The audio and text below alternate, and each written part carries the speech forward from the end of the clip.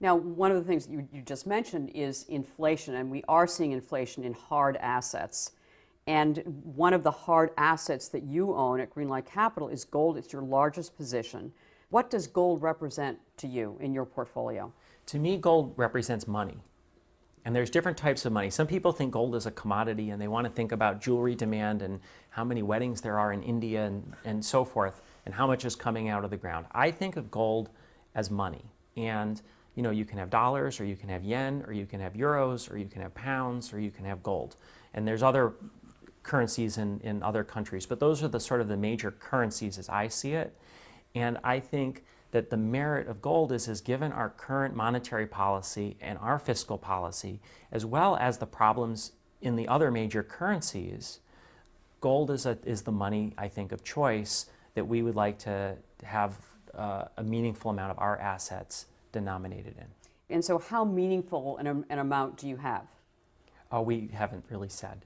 It's the biggest position in the fund. For individual investors who don't have the kind of flexibility that you do to trade and nor the sophistication, I mean, how should we view gold as individuals? I mean, should it be in all of our portfolios, and should we too view it as a substitute for paper? I think so. I think it makes sense as a diversifier, and to have this sort of money, particularly because this is the kind of money that Chairman Bernanke can't print more of.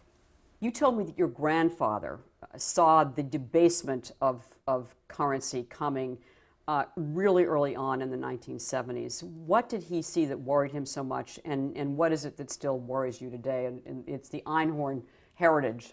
Well, I don't know if it's a heritage, but from the time I was probably a teenager, my grandfather wanted to have the gold talk with me. So that's, kind of like a family thing. Frankly, he wanted to have the gold talk with everybody. So he was a gold bug. He was a gold bug. Absolutely, he was. And frankly, after hearing about it and thinking about it for a while, I really was a non-believer. He kind of predicted eventually what would happen. Eventually there'd be an inflation. Eventually the government would print too much money, so on and so forth. And he decried the deficits and the entitlements and all the things that are coming more into focus now. And so quite frankly, I think he was a few decades too early. But as I kind of see it now, and as early as 5 years ago, I didn't see this at all.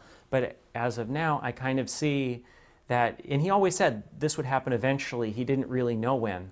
Unfortunately, it's going to happen beyond his life, but I can kind of see things coming through almost exactly the way that he would have described.